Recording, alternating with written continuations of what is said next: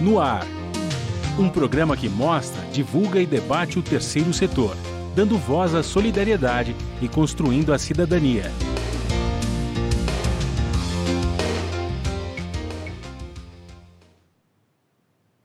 Olá, eu sou Joel Scala e está começando o Brasil Cidadão, um programa do Observatório do Terceiro Setor. Hoje nós vamos continuar falando do Observatório na quarentena. É uma resposta que o Observatório está dando para o momento que a gente vive da pandemia aqui no nosso país, não só no nosso país, mas no mundo todo. Hoje nós trouxemos um importante convidado, que é o filósofo e professor Ives Alejandro. Ives, tudo bem com você? Olá, Joel, como você está? Tudo bem? Olha, Ives, nós isolado, sozinho aqui no apartamento, fazendo um programa online, eu não diria que estou bem, mas eu gostaria de saber se você, como é que você pessoalmente está vivendo essa pandemia no país? Bom, eu falo para uns amigos meus que tecnicamente a gente não está isolado, a gente está distante, que é diferente, né? Isolado é você blindar o indivíduo, né? Onde o indivíduo não tem acesso a absolutamente nada. A gente está distante, o que faz falta, né? Eu sou professor há 22 anos, então eu sinto falta de estar com pessoas, né? Então, por mais que uma tela ajude e ajuda muito a fazer as coisas, a gente ainda sente aquele gostinho de querer estar com as pessoas, de querer sair na rua, inclusive o nosso direito de ir e vir, não é? É Eu verdade, o sinto Observatório tem uma falta. campanha, Direitos Humanos são Direitos de Todos. Uma, uma das nossas defesas é essa, o direito de ir e vir, que está comprometido nos dias de hoje. A Exato. sua rotina mudou muito, Ives? É. Ah, mudou, né? Eu praticamente fico online, né? Eu eu tenho tudo, coisas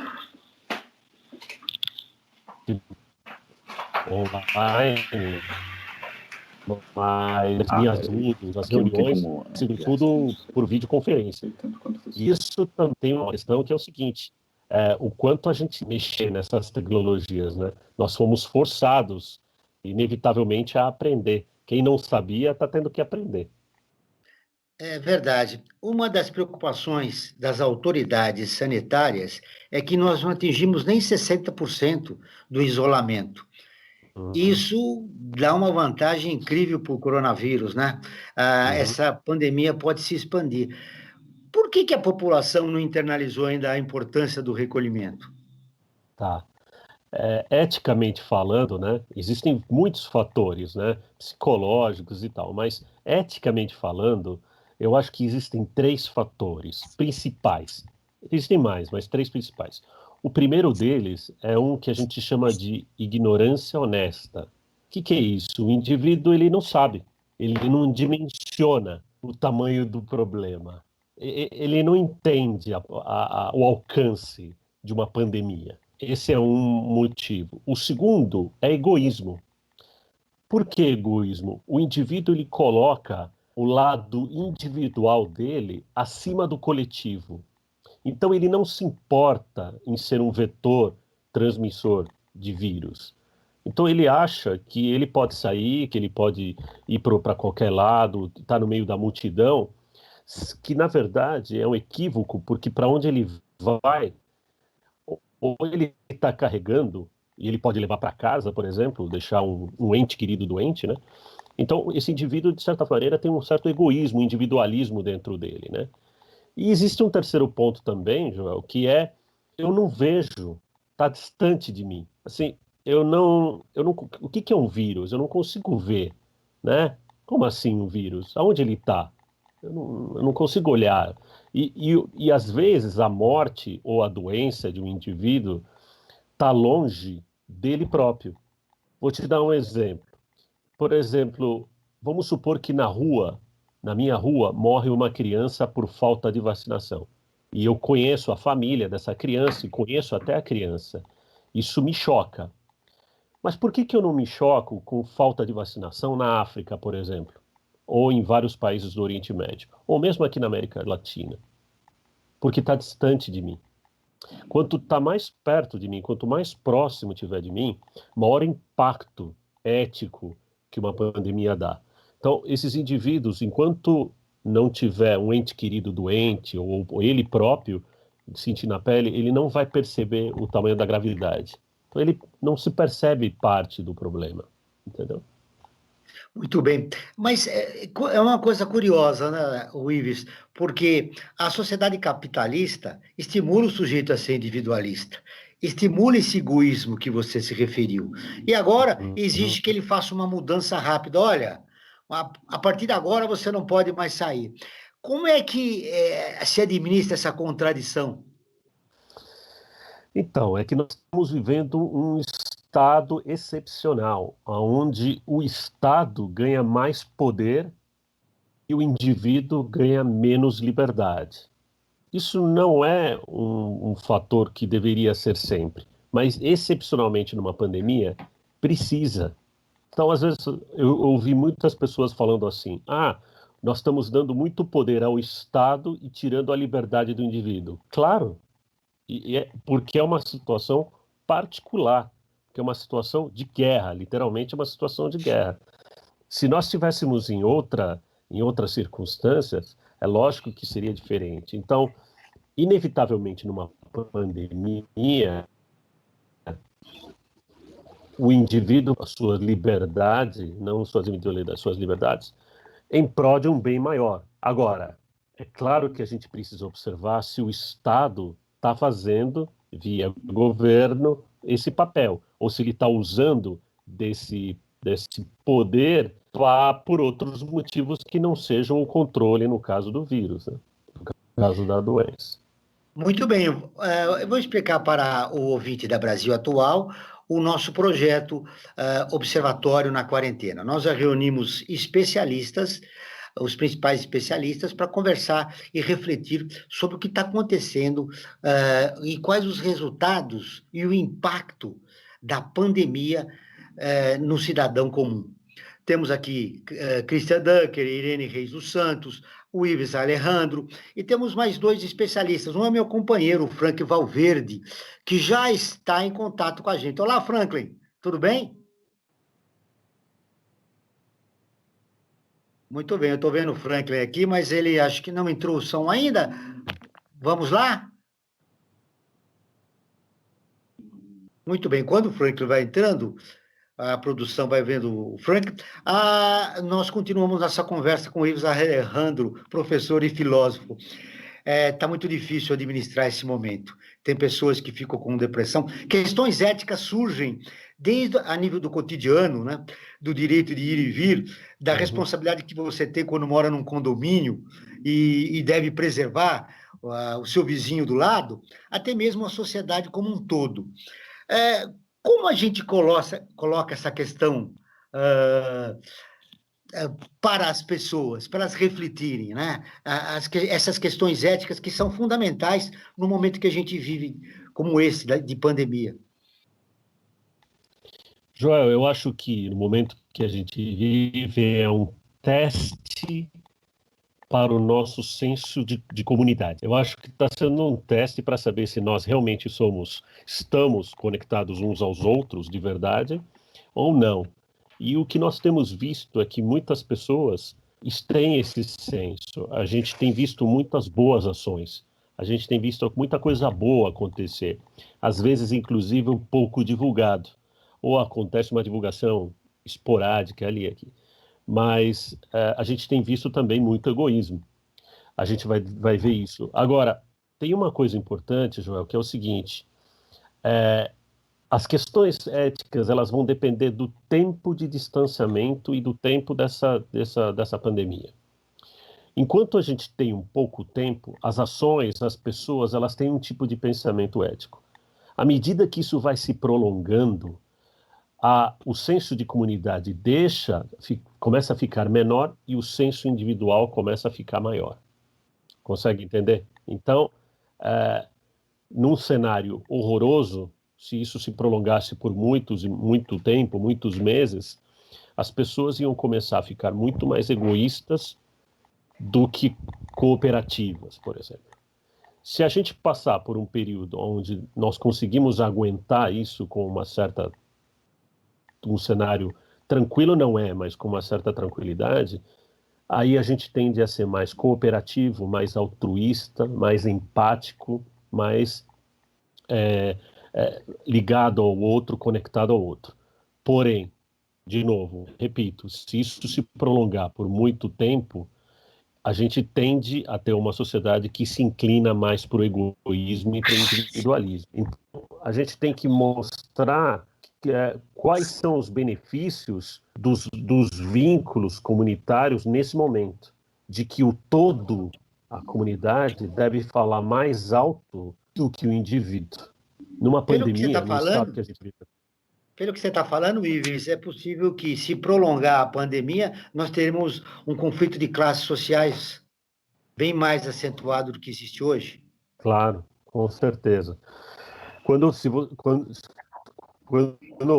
a criança fica, o salário não bate no quinto dia útil, o indivíduo começa a perceber a despensa dele vazia, não tenha dúvida que ele pode partir para uma situação mais ativa de saque, de coisas mais desesperadoras, de um cenário mais desesperador, não só de um, mas de muitas pessoas.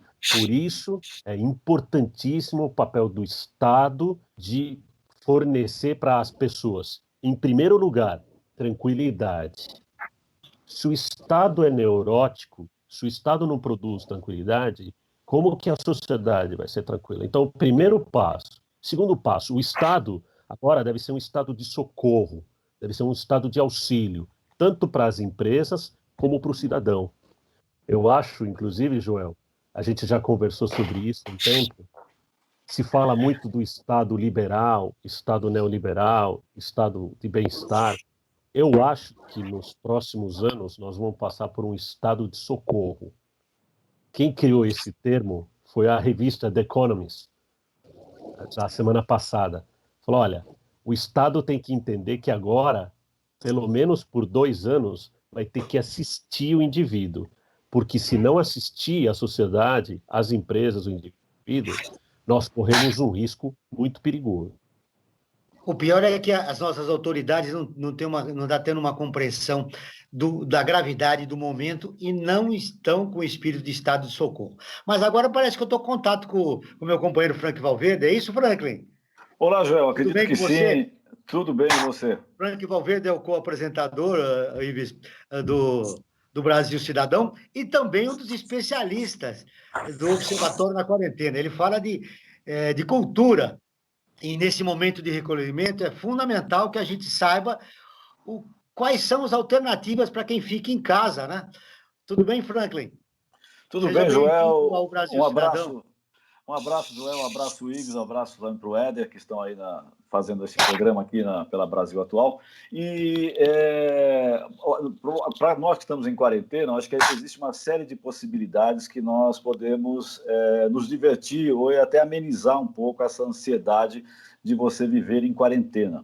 Você pode ler livros, né, que eu acho que é uma boa opção, que as pessoas sempre falam que não tem tempo para ler, né? Acho que agora, forçosamente, você, pelo menos o tempo que você ia gastar no transporte coletivo, você gasta lendo um livro, né?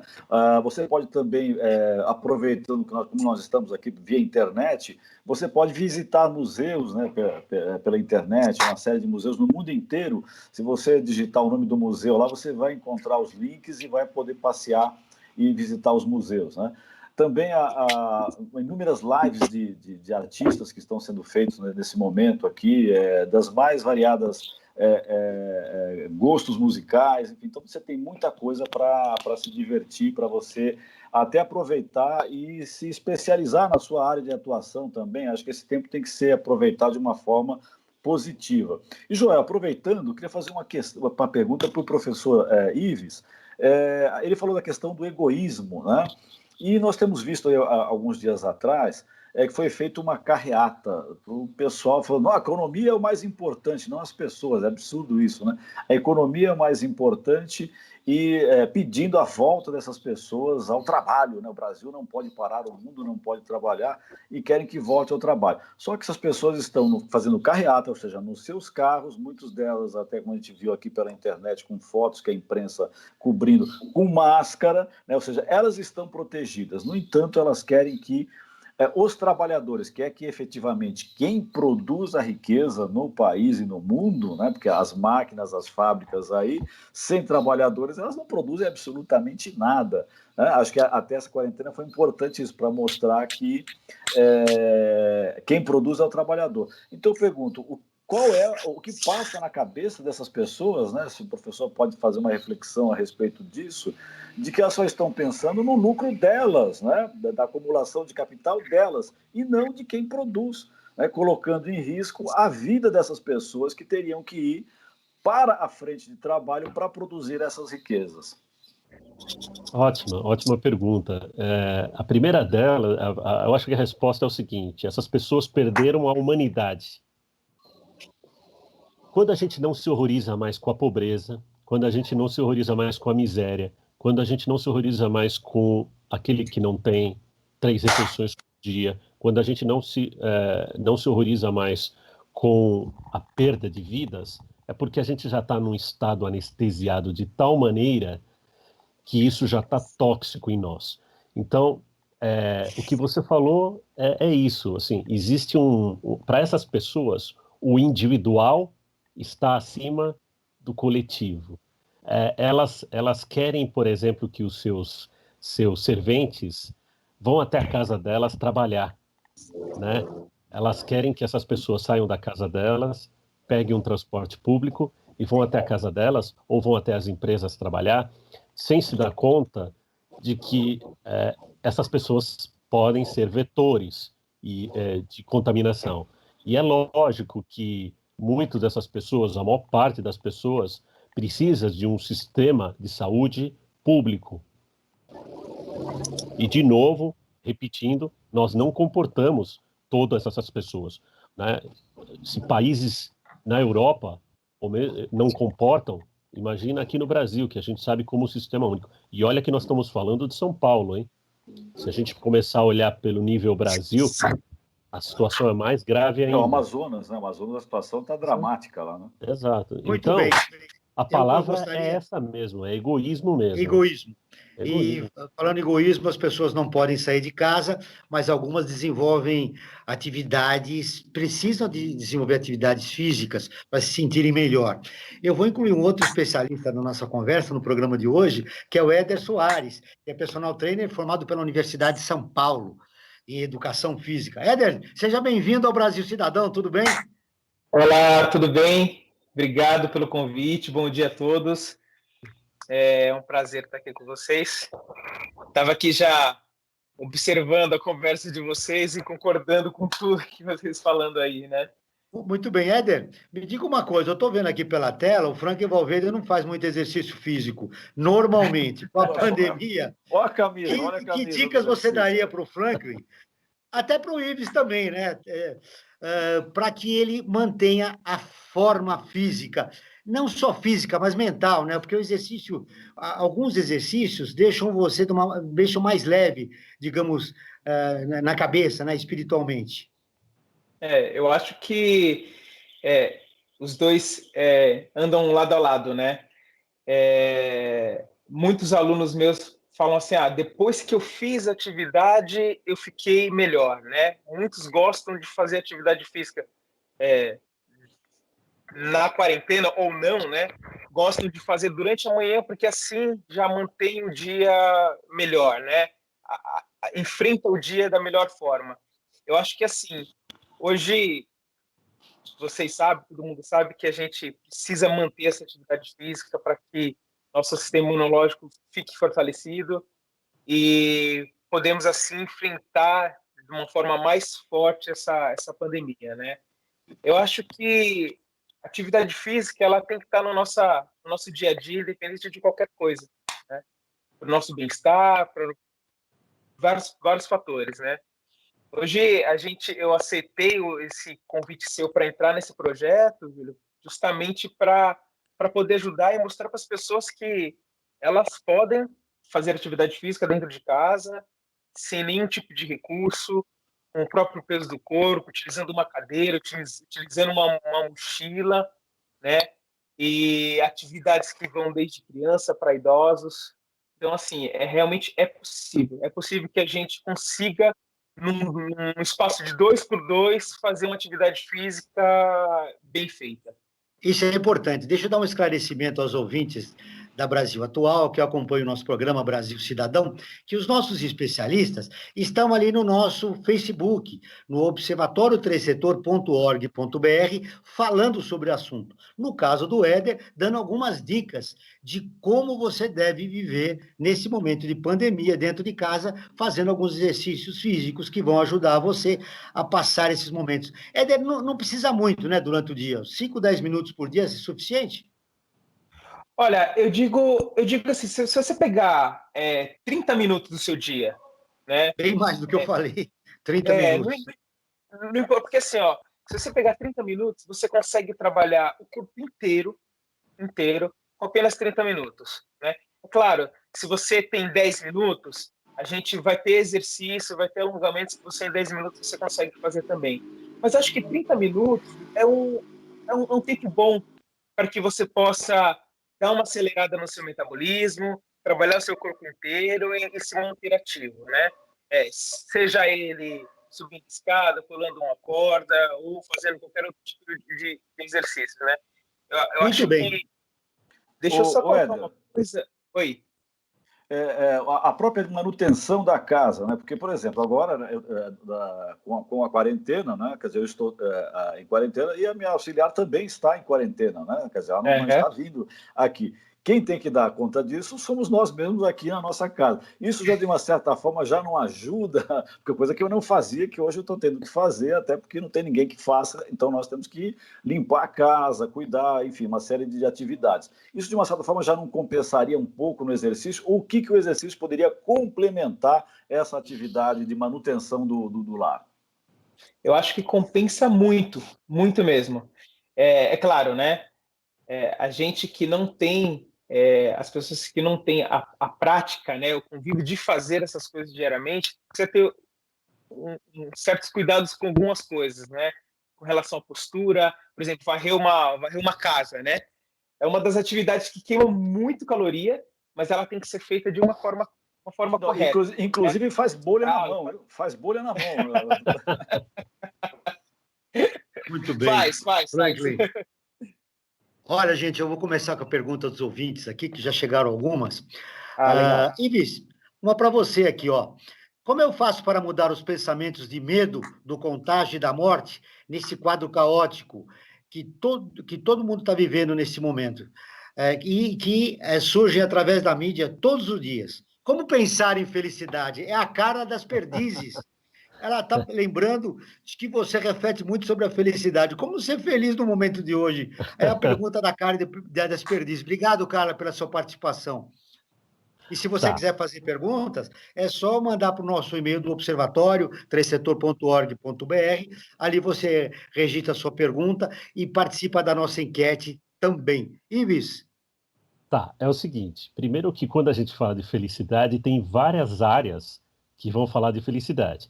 Eu posso falar de felicidade no âmbito psicológico, eu posso falar de felicidade no âmbito cultural, eu posso falar de felicidade no âmbito do corpo. Então, não existe apenas uma disciplina que fala sobre felicidade e bem-estar. No caso especificamente da filosofia, a felicidade ela está ligada às questões éticas do indivíduo. Ela está ligada às questões éticas, tanto individuais como coletivas. Então, como que a gente poderia ser feliz dentro de um cenário de distanciamento social, amarrando essa questão ética?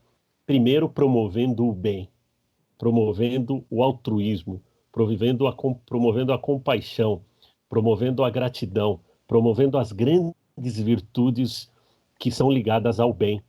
Cada vez que eu ajudo um vizinho que está doente a levar uma refeição para ele, cada vez que eu fico em casa e percebo que eu contamino, que eu não estou contaminando alguém, eu estou fazendo o bem. Às vezes a pessoa fala, puxa, mas eu estou em casa preso. Não, você não está preso. Você está momentaneamente em distanciamento. Ficar no distanciamento é promover o bem. Hoje é promover o bem. Por quê? Sou eu que causo menos estrago no aumento dos casos. Então, qualquer ação boa, qualquer sua ação do bem, qualquer ação virtuosa que faz com que o indivíduo seja um indivíduo cooperativo, empático, altruísta, você está tendo uma alta ética e isso, para a filosofia, eleva o nível de felicidade. Muito bem, tá aí. É o grande desafio para a classe média brasileira. É diminuir um pouco o seu egoísmo e olhar para o seu próximo. Tá? Muito bem. Frank, tem uma pergunta aqui que eu achei interessante, da Maria da Cachoeirinha para você, Franklin. Sim. Olha, ela falou o seguinte, ela ouviu muito falar daquele famoso quadro do Picasso, Guernica, e que ele está num dos museus lá da Espanha. Se não me engano, está no Reina Sofia. Ela não citou isso, mas eu acho que está no Reina Sofia. Ela quer saber se ela pode, através da internet, ter acesso aos museus da Espanha para conhecer essa famosa obra do Picasso, Guernica. Perfeito. Olha, um dos principais museus do mundo, e que está sediado em Madrid, na Espanha, é o Museu do Prado. Né? Se ela entrar Museu com O, né? Museu del Prado, ela vai acessar o site do Museu do Prado. Para ver o Guernica especificamente, ela deve entrar no Reina Sofia, né? É o Centro de Arte Reina Sofia, que está exposta essa obra, né? Essa obra que, inclusive, já esteve aqui no Brasil nos anos 50, né? Foi uma obra que ela foi criada nos anos 30, né, para a exposição mundial que aconteceu em Paris pelo Picasso. Ela foi pintada em preto e branco, né, que é uma coisa difícil você pensar a pintura em preto e branco, porque aí, em geral, as pinturas levam cores, né, uma série de cores. E o Picasso resolveu pintar para mostrar a crueza da guerra, e também, de uma certa forma, fazendo uma releitura dos jornais, que era através deles que recebia as informações da Guerra Civil Espanhola, em preto e branco. E é uma tela imensa, que tem mais de 7 metros por quase 3, uns 3 de altura, enfim, é uma obra, é um ícone da arte do século XX. E realmente eu recomendo que ela visite, e mais, né, além de visitar e visualizar a obra, ela pode também pesquisar e encontrar inúmeros textos analisando o Guernica do Picasso. Muito bem.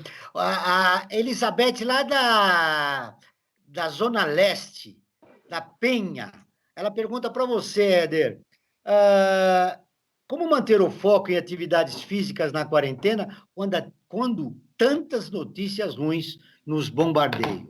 Como desenvolver uma atividade física quando você está sendo influenciado por tantas notícias ruins, Éder? Eu a acho Elizabeth, que lá da Penha, na zona leste da cidade, pergunta para você. Penha aqui do lado de casa. Minha vizinha. Eu acho que... Você também? Não, mas acho eu que gosto muito da Zona Dois Leste. moradores aqui da zona leste da cidade. A Zona Sou do Leste é ABC. bom demais. Ah, tá. Eu acho que assim, a palavra é o foco, né? Eu acho que a gente tem que manter esse foco, tem que manter essa disciplina.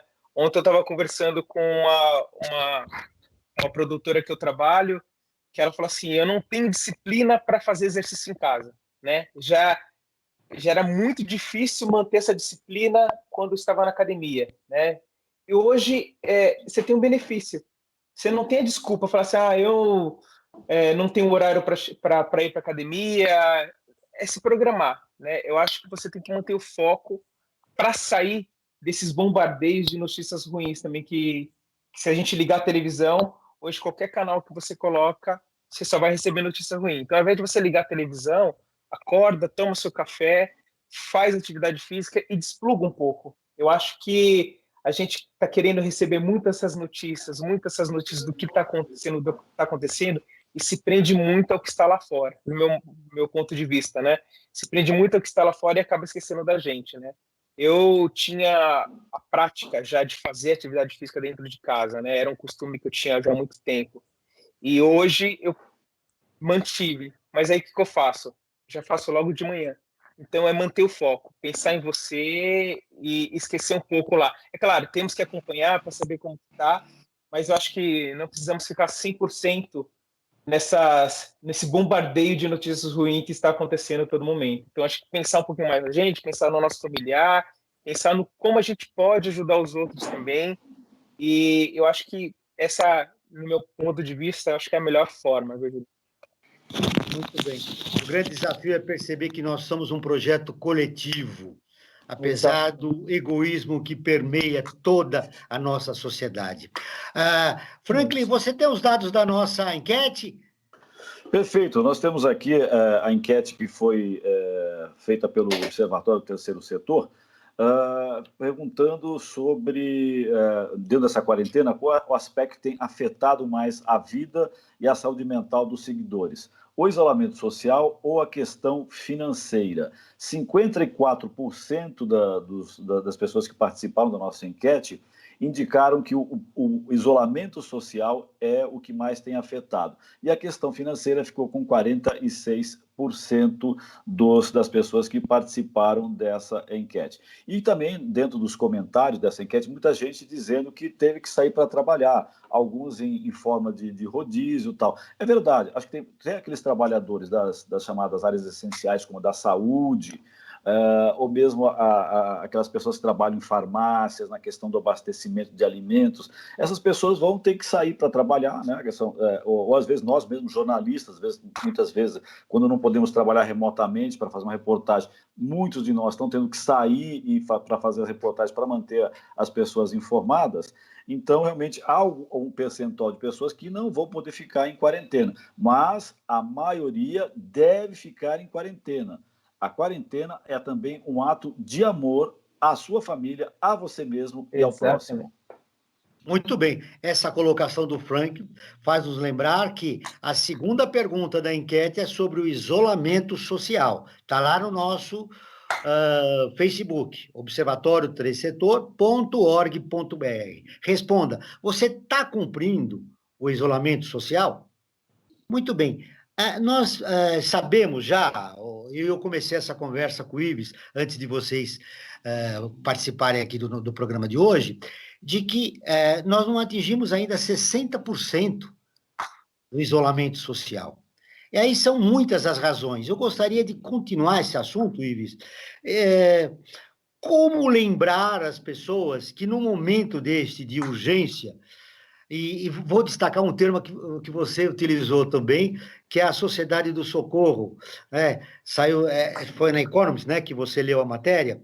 Estado de Muito socorro, bem. estado de socorro. Como agora fazer com que a população perceba esse momento gravíssimo que a gente vive e comece a desenvolver uma cultura de um projeto coletivo para o país, quer dizer, olhar não só o próximo, como um cidadão que tem direitos, mas um próximo de uma maneira solidária, embora ele seja sua empregada doméstica, seja o seu lavador de carro, seja a população de rua, que não tenha para onde fugir do coronavírus.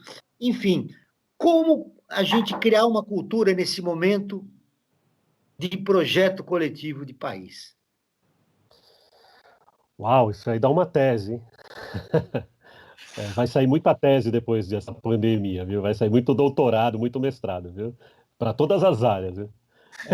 Bom, eu acho que existe uma coisa, Joel, que eu tenho observado quando eu leio as pessoas que são contra o distanciamento e o isolamento.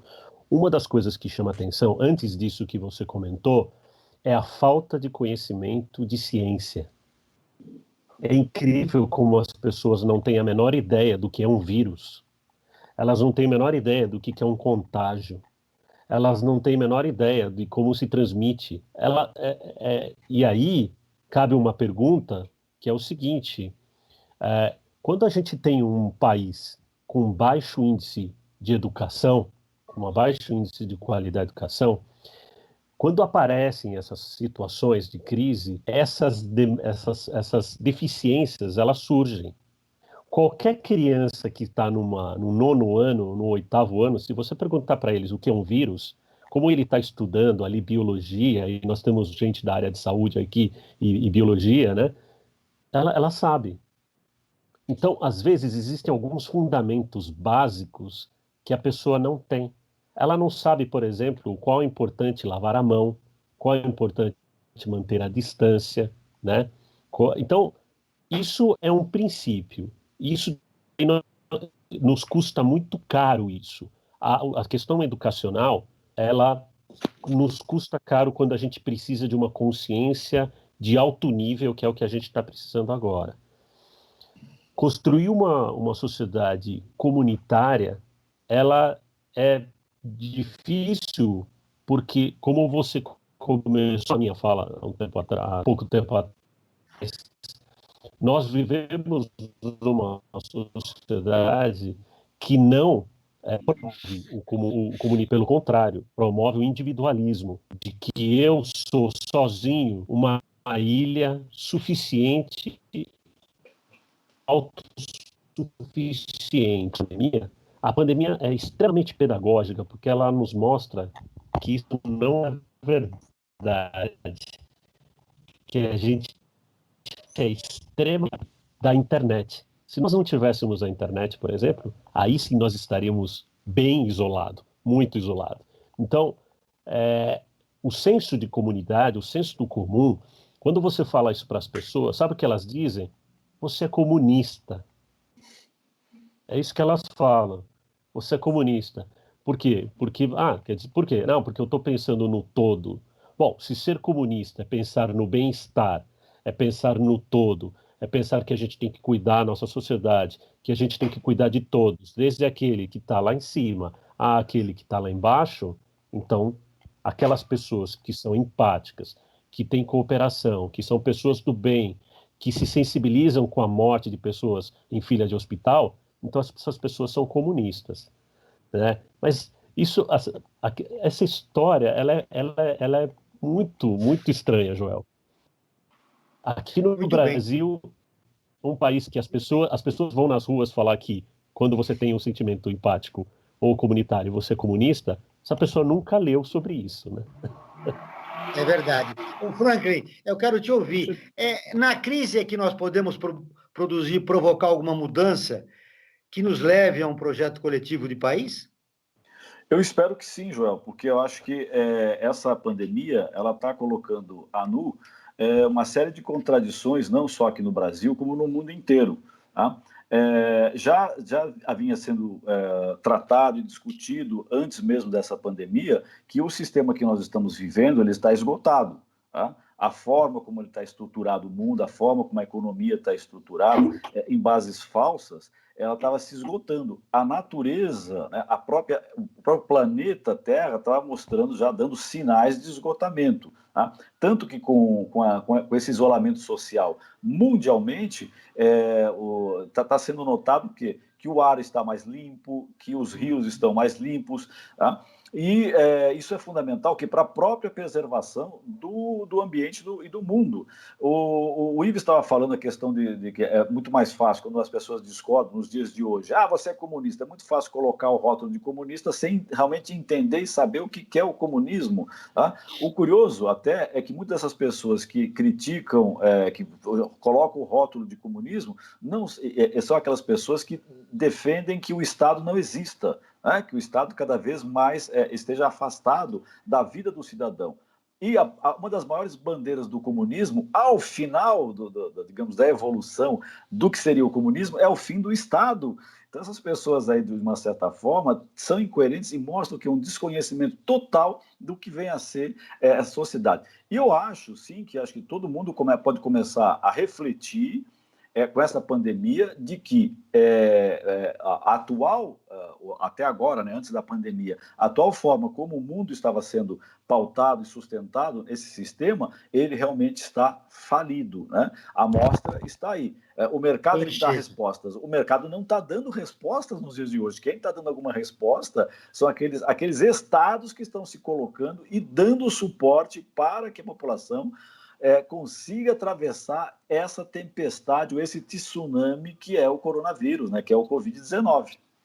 Muito boa lembrança, o Franklin. Julio. O Estado neoliberal já está produzindo um esgotamento irreversível. Temos que descobrir outras formas de se viver em sociedade no planeta. Éder, uma pergunta para você. Você prepara muita gente para correr? O sujeito quer correr a São Silvestre aqui no final do ano, quer participar de algumas maratonas.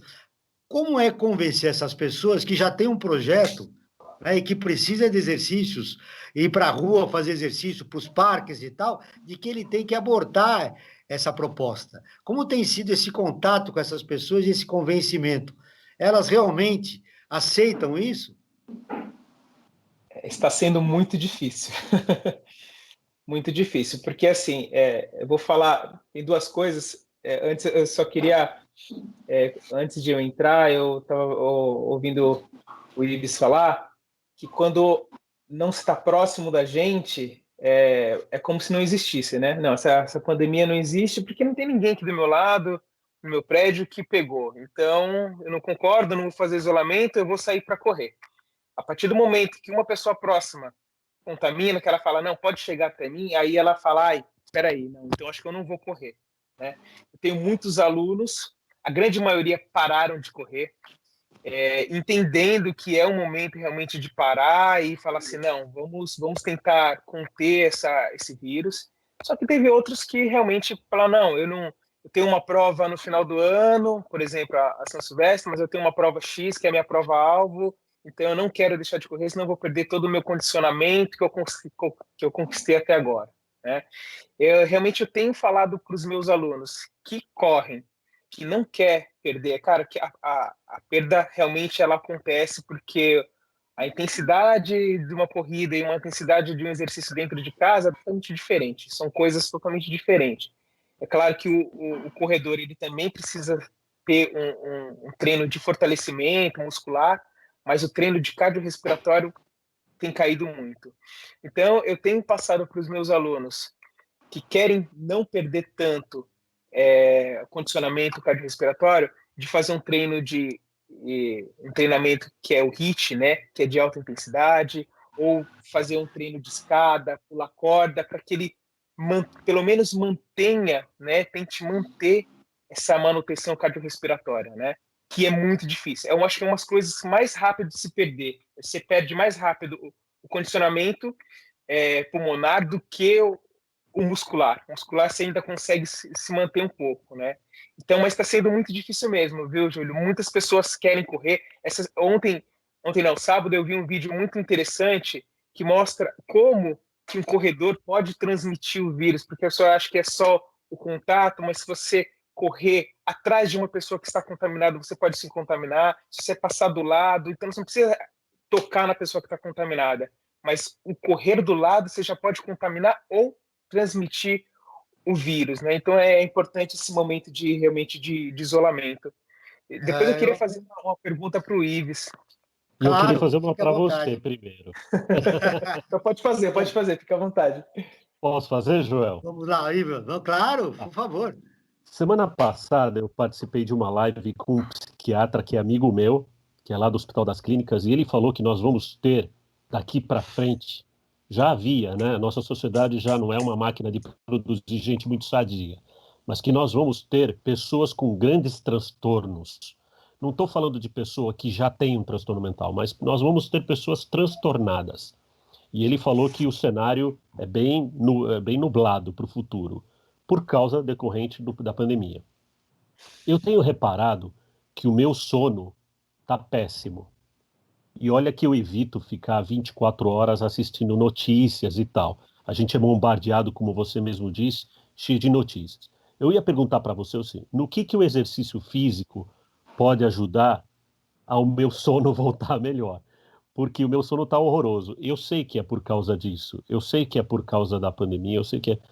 Mas assim, eu tenho ido dormir tarde, o sono tem ficado picado e eu tenho acordado antes da hora. O exercício físico pode ajudar? Olha só Com que pergunta certeza. interessante do Ives, o Éder. É uma ótima pergunta, viu, Joel? O Éder, segundo o psiquiatra, amigo dele, disse uma coisa importante. Tem pessoas que já têm uma tendência à depressão, já viviam com isso, estão tratando. Mas tem problemas psicológicos que vão surgir a partir da pandemia. E a Estresse partir da pós-pronto, né? pandemia, esse é um dos objetivos do projeto Observatório na Quarentena, trazer especialistas. Hoje, a semana que vem, por exemplo, nós teremos a Clarice Paulon, que é uma psicanalista que vai falar sobre esse assunto. Nós tivemos no programa de hoje, da manhã, o Franklin, o Christian Ducker, que também está como especialista para dar uma luz a respeito das pessoas que estão desenvolvendo algum tipo de fobia, porque estão vivendo esse momento. O que é a educação física, que é a que você desenvolve para atividades físicas e psicológicas, pode ajudar as pessoas nesse momento, como as pessoas como o Ives, que já está tendo esse problema de insônia? Eu acho que é uma ótima pergunta, viu, Iris? Eu acho que a prática da atividade física, ela ajuda no sono sempre, né? E esse momento de estar em casa, a gente se desregula inteiro, né? Então, uma desregulação no sistema hormonal que acaba trazendo essa insônia, né? É muito importante, nesse momento, que a gente tente manter o nosso roteirinho do dia, como se a gente fosse trabalhar fora, né? Então, tentar acordar no mesmo horário que você acordava, tentar almoçar no mesmo horário que você almoçava. Eu sei que é difícil, né? Dormir no horário que dormia, tentar manter a rotina que você manteria se você fosse trabalhar. Ah, eu fosse trabalhar fora, né? Então, eu acordaria às 6 horas da manhã, continuo acordando às 6 horas da manhã. Eu vou almoçar meio-dia, continuo almoçando meio-dia. Porque uma hora a pandemia vai acabar, a quarentena vai acabar e você vai voltar para a sua realidade. E aí você está todo desregulado. Com relação à atividade física no sono, é importante, não só agora, mas sempre, evitar de praticar atividade física durante a noite, né? Porque você vai ter um pico de adrenalina, você vai ter um pico de aceleração de frequência cardíaca, e até você voltar a cair, você demora muito, então você acaba desregulando. Por isso que eu falei que eu gosto de fazer as minhas atividades durante a manhã, né? Porque assim eu acelerei meu metabolismo, eu vou ter um dia inteiro para regular ele novamente, quando chegar à noite eu tô, vamos se dizer assim, entre aspas, descansado para poder dormir, né? Então tem muita gente que gosta de trabalhar, só que hoje em casa eu tenho uma aluna que ela está trabalhando mais do que ela trabalhava quando ela estava no escritório dela. Então ela está trabalhando até 9 horas, 9h30, e aí só vai terminar 10 horas. Então, até o organismo dela voltar ao normal, se estabilizar, ter o steady state, já vai ser já meia-noite, e aí só que ela tem que acordar às 6 horas da manhã. Então a gente tem que tentar manter o máximo, o mais próximo à nossa rotina diária, se a gente fosse trabalhar fora, tá? E, é claro, a prática da atividade física, ela vai regular esses hormônios, e assim a gente não tem tantos distúrbio pós-quarentena. Muito bem, muito importante essas E um informações do Éder. detalhe, Joel, é corpo sã, mente sã, né? Então, temos que manter essa atividade, nosso corpo em movimento, para a nossa cabeça também não dar pane, não pirar, né? Muito bem, tá aí as dicas do Éder para o Ives e para você que está nos ouvindo também, né? Se você está com esse tipo de problema. Lembrando a você que está nos acompanhando agora, que no próximo programa nós teremos uma psicanalista e uma nutricionista, que vai completar as informações do Éder aí. Porque não é só atividade física, é o que você está comendo. Eu, por exemplo, no meu caso, estou sentindo uma ansiedade maior do que normalmente eu tenho. Eu estou comendo mais do que eu comeria normalmente se eu tivesse a minha rotina e não estivesse dentro da pandemia. E claro que pessoas devem estar sentindo a mesma coisa que eu, ou sentindo, ou tendo insônia como o Ives. Essas dicas nós temos dentro do Observatório na Quarentena. Todos os nossos especialistas estarão disponíveis para esclarecer todos esses problemas que envolvem as pessoas no seu dia a dia. Cada um está experimentando uma experiência comum.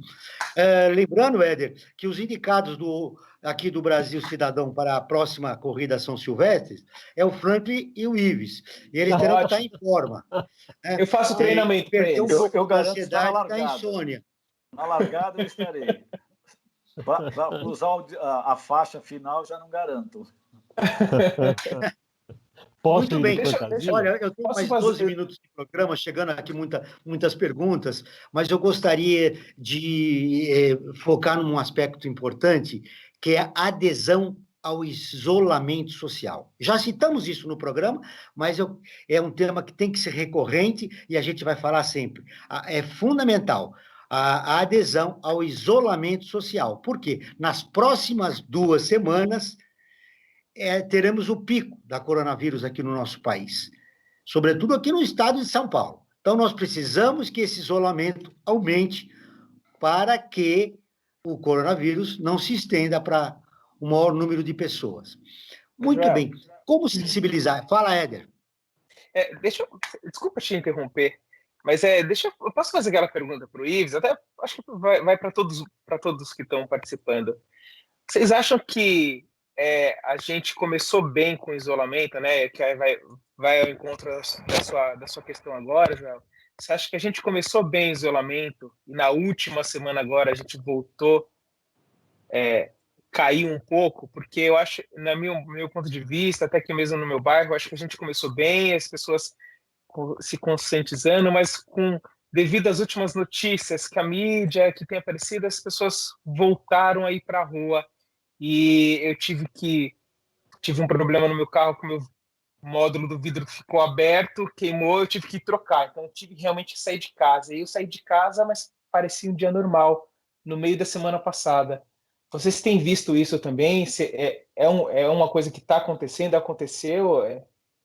Muito bem. Claro que todo mundo percebeu que há uma queda na adesão do isolamento social. Ives, seria porque o governo está com um discurso dúbio? Os técnicos falam uma coisa e os políticos falam outra. E o governo tem esse discurso dúbio e dá uma certa confusão na cabeça do cidadão que acaba não aderindo ao isolamento. Seria isso? Olha, é o seguinte, é nesse momento de crise que a gente vai ver os líderes que nós temos. É nesse momento de crise que a gente vai ver quais são aqueles que pulam do barco, quais são aqueles que chamam para eles a responsabilidade. Quando a gente tem uma liderança que não acalma, que não tranquiliza as pessoas, fiquem em casa, a gente que estávamos comentando agora.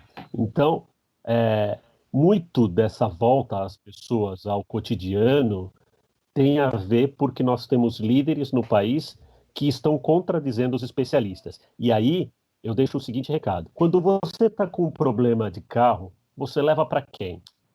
Para o mecânico. Quando você quer condicionar seu corpo, você leva um educador físico. Quando você quer tem um problema de saúde, você vai no médico. Quando você quer ir num restaurante bacana, você vai num restaurante que tem um bom chefe. Eu sempre devo escutar especialistas, gente da área, gente séria, bem formada, de qualidade. Entre uma opinião de um infectologista e a opinião de um vereador, me desculpa, eu fico com o infectologista. Muito bem. Franklin, o que explica esse discurso dúbio do governo? Por que o governo permanece ainda insistindo nesse discurso dúbio? Isso cria uma confusão na cabeça das pessoas. Quais as razões? Acho que na minha visão, acho que fundamentalmente o que marca essa visão do governo é a visão que eles têm de mundo, né? Que é um mundo que exclui, né? Na verdade, exclui a boa parte da população. Tá? É uma visão até, desculpa, sem querer ofender, mas estúpida, né? Quer dizer, você ir contra, como o próprio Ives disse, os especialistas, os médicos, os infectologistas, né? Chamar o coronavírus de uma gripezinha, querer incentivar que as pessoas se aglomerem. Na verdade, isso aí é uma atitude, vou até exagerar um pouco, genocida, né? Genocida, porque você está jogando o país para se contaminar, e um país que não tem condições de atender. Aqui em São Paulo, que o governo percebeu, o governo estadual e municipal percebeu que a encrenca ia ser grande, em função do que já tinha acontecido na China, e principalmente na Itália e na Espanha, começou a se prevenir e formou os hospitais de campanha. Esses hospitais de campanha que estão no Pacaembu e no Anhembi já estão começando a receber uma lotação acima do que deveria. A estrutura não vai comportar. E em certos lugares pelo Brasil afora, menos ainda. É irresponsável o que, vou citar o presidente da República está fazendo. É irresponsabilidade. Ele devia ter atitude de estadista, mas não tem. Né?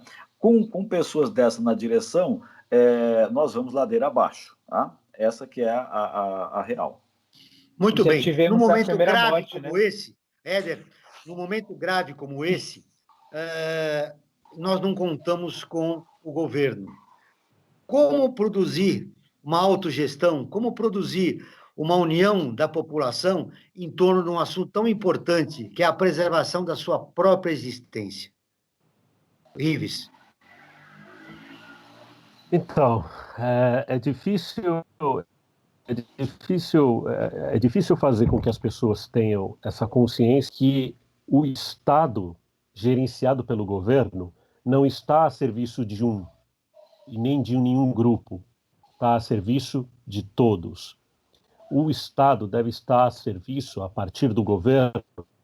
Eu sempre gosto de falar para os meus alunos, falar assim, imagina o Estado, a cada determinado tempo, a gente elege o motorista que vai carregar a gente que está sentado no banco de trás.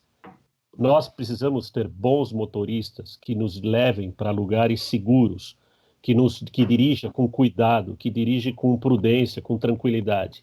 Se a gente tem um motorista imprudente, que faz o que quer, que leva para onde não quer, a chance da gente bater num poste é grande. Então, infelizmente, a nossa única preocupação deveria ser a pandemia. Aqui no Brasil nós temos duas. Nós temos a pandemia e as pessoas que jogam contra o distanciamento e sabotam o discurso dos especialistas. Sabotam o discurso daqueles que são os especialistas aqui. Não é uma conversa de freira, não é uma conversa de mar, de vizinho. É uma conversa basta você entrar para ver notícias da Alemanha, da Espanha, dos Estados Unidos. Está um caos. Eu estou conversando com gente de lá. Aqui ainda, bem ou mal, a gente ainda tem um sistema único de saúde. Nos Estados Unidos, 1/3 da população americana não tem acesso a um plano de saúde. Vai morrer muita gente. E aí vai aparecer duas coisas importantes, Joel, para finalizar. Primeiro, que tipo de inteligência política a gente precisa? E segundo, que sistema de saúde que nós precisamos ter? Né? Nós precisamos ter um sistema de saúde, inclusive global. Os países devem conversar entre eles. E muito amargo para nós. Muito bem, então estamos no final do programa. E eu quero a conclusão de todo mundo aqui para falar. A você que nos acompanha, fala com os amigos, com os parentes, fiquem em casa. Nas próximas 2 semanas será o pico do coronavírus no nosso país. Nós temos que preservar a população, todos nós. Muito bem. Conclusões finais, rapidamente, Éder, eu queria te ouvir para fechar o programa. O que mais importante você gostaria de registrar agora, nesse momento, encerrando sua participação no Brasil Cidadão? Joel, fique em casa e fique em movimento. Eu acho que é a palavra-chave. Eu tenho um canal no YouTube que se chama Vivendo em Movimento. Eu acho que esse nome nunca acho que é o momento que esse nome calhou, assim, sabe? Viva em movimento. Não importa se é andando dentro de casa. Minha aluna hoje, eu tive uma aula às 7h30 da manhã, que ela falou assim, Éder, eu tô precisando dar uma aliviada na minha cabeça. Ela leu um livro ontem, dentro da sua casa, andando. Ela andou 3 quilômetros lendo o livro. Então, assim, eu acho que a gente tem que procurar a melhor forma de se movimentar, mas se movimentar. Eu acho que é isso. Fique em casa e em movimento. Você, Franklin, sua conclusão final. Joel, eu acho que é fundamental, como o Éder disse, fique em casa, fique em casa, fique em casa. E ao sair, máscara, é fundamental, a máscara e álcool gel fora de casa, chegando, lave as mãos. E além do movimento do que o Éder disse, eu acho fundamental também tratar da saúde mental. Fiquem sempre procurando a atividade mental, ou lendo um livro, ou assistindo um bom filme, ou ouvindo uma boa música, tentando se elevar no seu espírito para superar essa crise. E faça um convite. Já que você vai estar ficando em casa mesmo, visite o site do Observatório do Terceiro Setor, que lá você vai ter uma série de informações, uma série de dicas para superar a quarentena. Suas conclusões finais, Ives, 30 segundos. Eu gostaria de falar para vocês não perderem a esperança, porque existem muitas pessoas boas, ainda bem, a grande maioria das pessoas são pessoas do bem. E a gente tem que ouvir muito nessa hora o que o Nietzsche dizia. Nietzsche dizia, na escola também nos ensinam. O que nós vamos tirar de lição de tudo isso? Se a gente sair dessa história melhor, já valeu a pena, com certeza. Meus agradecimentos a Éder Soares, que é personal trainer formado pela Universidade de São Paulo, Educação Física, a Ives Alejandro, professor e filósofo, e Frank Valverde, companheiro e também especialista do Observatório na Quarentena. O Brasil Cidadão fica por aqui, nós voltaremos na próxima semana, sempre na luta por uma sociedade mais justa, solidária e sustentável. Até o próximo programa. Obrigado, Joel. Obrigado a todos. Obrigado. Um abraço. Tchau, tchau. Você ouviu na Brasil Atual mais uma edição do Observatório do Terceiro Setor, sempre na luta por uma sociedade mais justa, solidária, sustentável e tolerante. Observatório do Terceiro Setor, o olhar da cidadania.